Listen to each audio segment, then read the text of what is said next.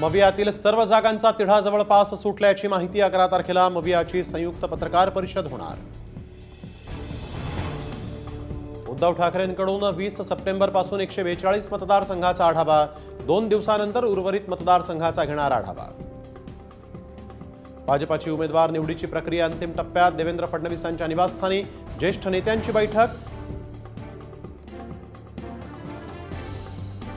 पश्चिम महाराष्ट्रामध्ये पवार महायुतीला धक्का देणार. माजी मंत्री बाळासाहेब पाटील, अनिल देसाई, अभिजित पाटील, रमेश कदम पवारांच्या भेटीला.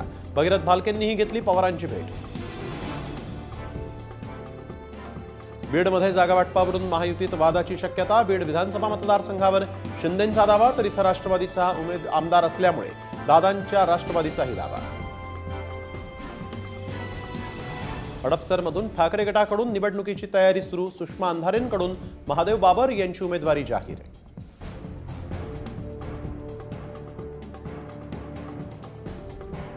हरियाणातील निकालानंतर मुंबईमध्ये भाजपकडून जल्लोष. फडणवीसांकडून ढोल वाजवत जोरदार जल्लोष.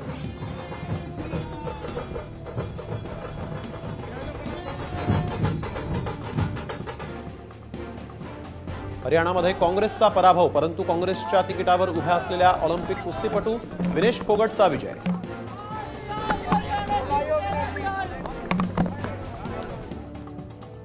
हरियाणात भाजपचा दणदणीत विजय. तिसऱ्यांदा सत्ता करणार स्थापन. विजय मिळाल्यानंतर राज्यभरातील भाजप कार्यकर्त्यांमध्ये जल्लोष. अयोध्येतील शरयू नदीजवळ महाराष्ट्र भवनाचं भूमिपूजन. मंत्री रवींद्र चव्हाणांच्या हस्ते भूमिपूजन.